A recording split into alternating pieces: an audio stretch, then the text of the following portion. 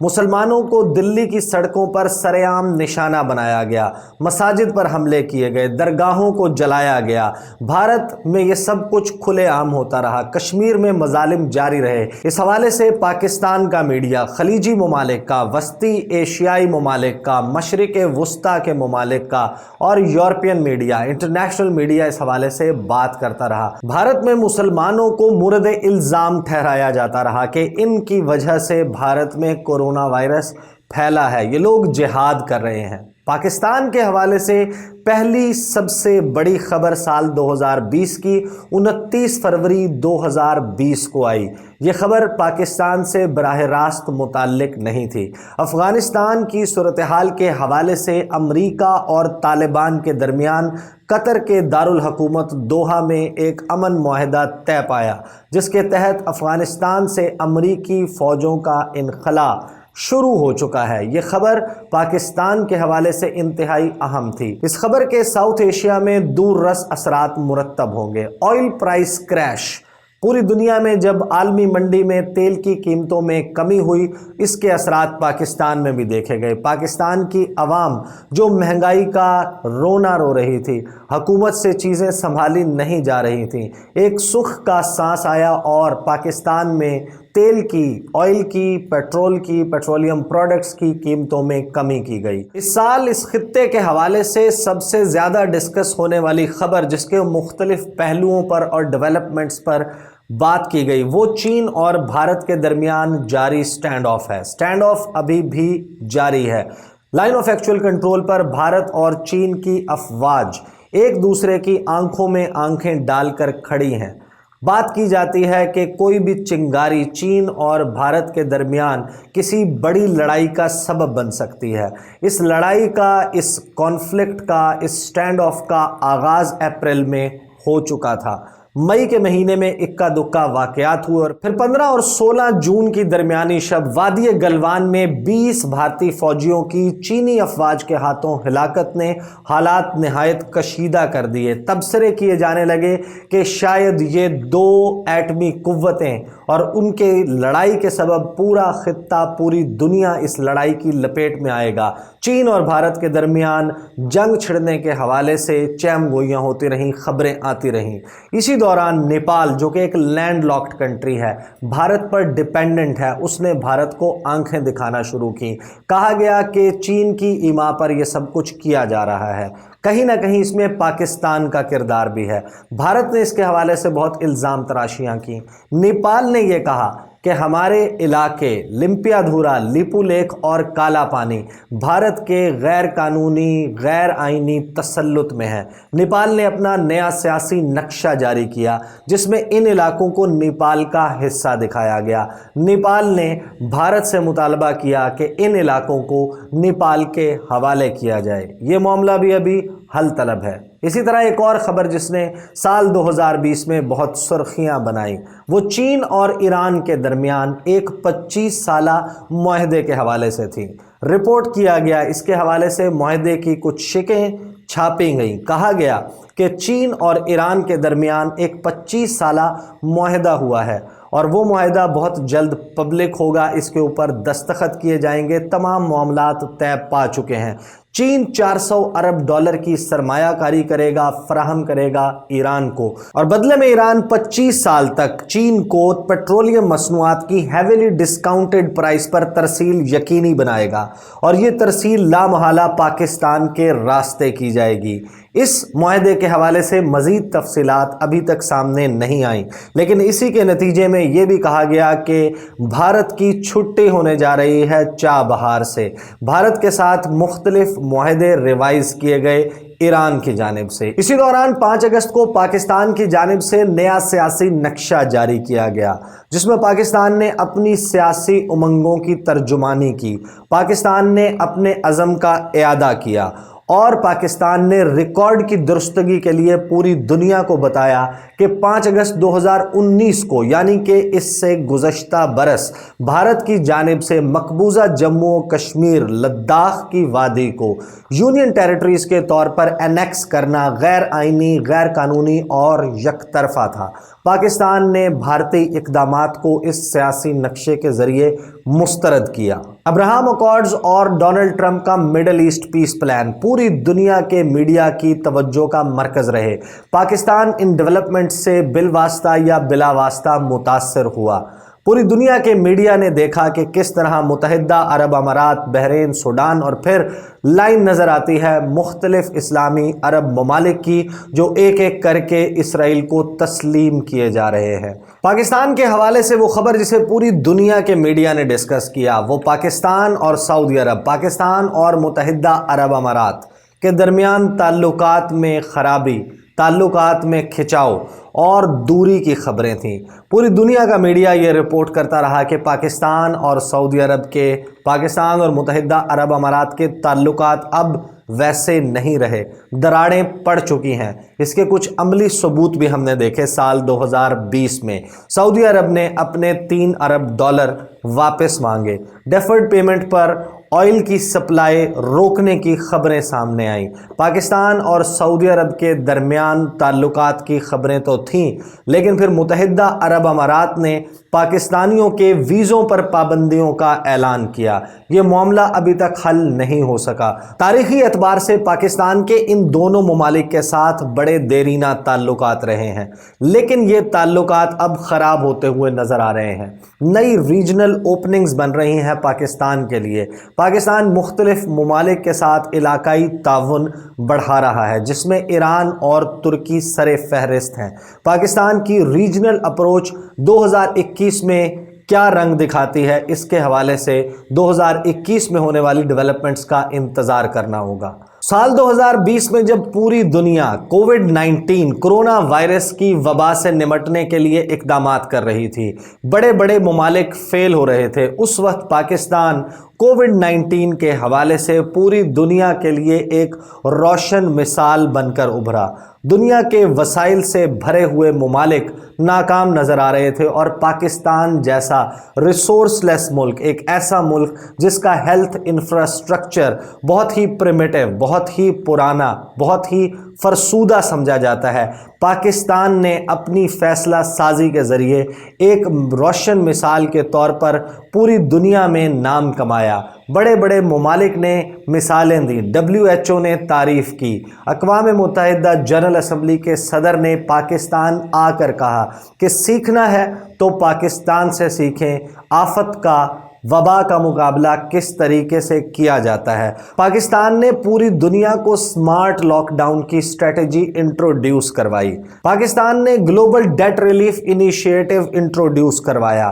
بڑے ممالک کو کہا، بڑے عالمی اداروں کو کہا کہ ترقی پذیر ممالک سے فی الوقت قرضوں کی ادائیگی کا مطالبہ نہ کیا جائے، تاکہ یہ چھوٹے ممالک اپنے وسائل کو اپنی عوام پر انہیں کرونا وائرس سے بچانے کے لیے صرف کر سکیں۔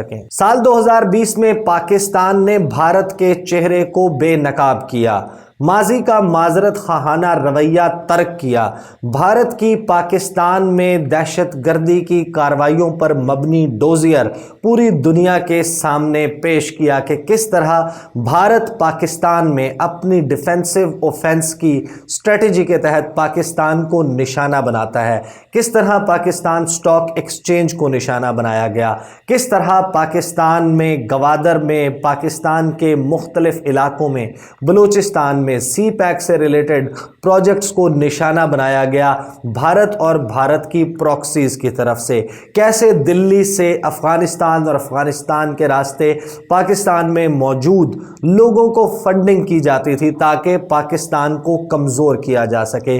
پوری دنیا کے سامنے بھارت کا یہ چہرہ ثبوتوں کے ساتھ سامنے رکھا۔ سال 2020 میں پاکستان اور بھارت کے حوالے سے ایک اور خبر جسے پوری دنیا کے میڈیا نے ڈسکس کیا کہ بھارت کس طریقے سے پاکستان کے خلاف ایک پروپیگنڈا نیٹ ورک چلاتا ہے۔ EU ڈس انفو لیب کی رپورٹ نے پوری دنیا کو بتایا کہ فیک ویب سائٹس کا ایک نیٹ ورک اور ایسی NGOز جو اب وجود نہیں رکھتی تھیں انہیں کس طرح زندہ کر کے اقوام متحدہ میں، یورپین پارلیمنٹ میں پاکستان کے خلاف استعمال کیا گیا۔ ایسے لوگوں سے گفتگو کر کے پھر اس کو انفارمیشن کو لانڈر کر کے بھارتی اخبارات تک رسائی، ANI کے ذریعے دی گئی اور کس طرح پھر اس کو مختلف ویب سائٹس کے ذریعے پوری دنیا میں پاکستان کو بدنام کرنے کے لیے استعمال کیا گیا۔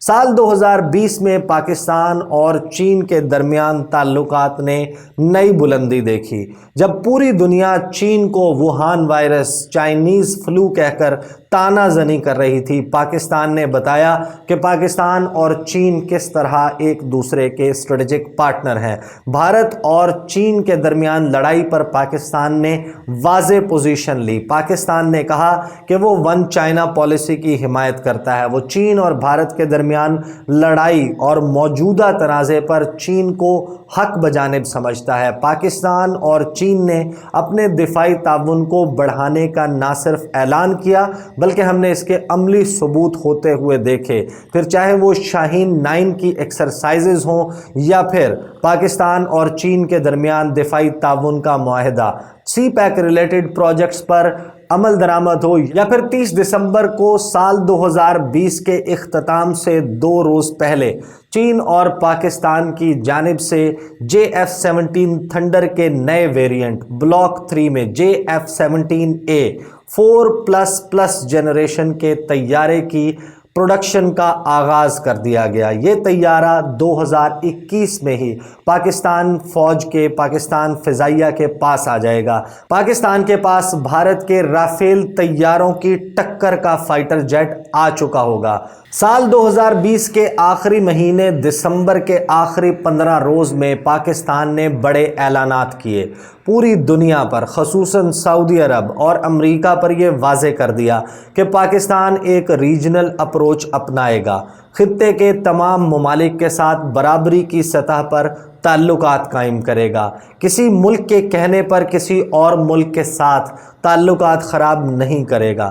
73 سال میں پہلی مرتبہ تافتان کے علاوہ پاکستان اور ایران کے درمیان کوئی بارڈر اوپننگ قائم کی گئی، کھولی گئی۔ بلوچستان اور ایران کو کنیکٹ کیا گیا ایک اور مقام پر۔ اس مقام سے چائنا پاکستان اکنامک کوریڈور کو بھی کنیکٹ کرنے کا مستقبل میں منصوبہ زیر غور ہے۔ اور ساتھ ہی پاکستان نے اعلان کیا کہ ITI ٹرین لائن پروجیکٹ جنوری کے مہینے میں شروع ہو جائے گا، جب ایک کنٹینر ٹرین اسلام آباد سے براستہ تہران استنبول جائے گی۔ پاکستان کی یورپی منڈیوں تک بھی مستقبل میں اس منصوبے کے تحت رسائی ممکن ہوگی۔ سال 2020 کا اختتام ہو چکا۔ یہ سال بحیثیت مجموعی ایک مشکل اور چیلنجز سے بھرپور سال تھا، خاص طور پر جب خارجہ محاذ پر کچھ مقامات پر یہ لگا کہ جیسے پاکستان کو سفارتی میدان میں مار پڑ رہی ہے۔ لیکن پاکستان اگر جائزہ لیا جائے تو تقریباً ان تمام مشکلات سے سرخرو ہو کر ابھرا۔ کچھ معاملات ایسے ہیں جن سے ابھی سرخرو ہو کر ابھرنا باقی ہے۔ سال 2021 کا آغاز ہو چکا۔ ٹف ڈیسیژنز لینے ہوں گے، سخت فیصلے کرنے ہوں گے۔ پاکستان کو پوری دنیا کے ساتھ تعلقات اپنے مفاد کے تحت قائم کرنے ہوں گے۔ سال 2021 میں ہم سب کی دعا ہونی چاہیے کہ یہ سال پاکستان کے لیے نہ صرف داخلی محاذ پر بلکہ خارجہ محاذ پر ایک اچھی خبر بن کر اور بہت سی اچھی خبریں لے کر آئے۔ اگلی ویڈیو میں آپ کے ساتھ ملاقات ہوگی۔ مجھے اجازت دیجیے۔ اللہ حافظ۔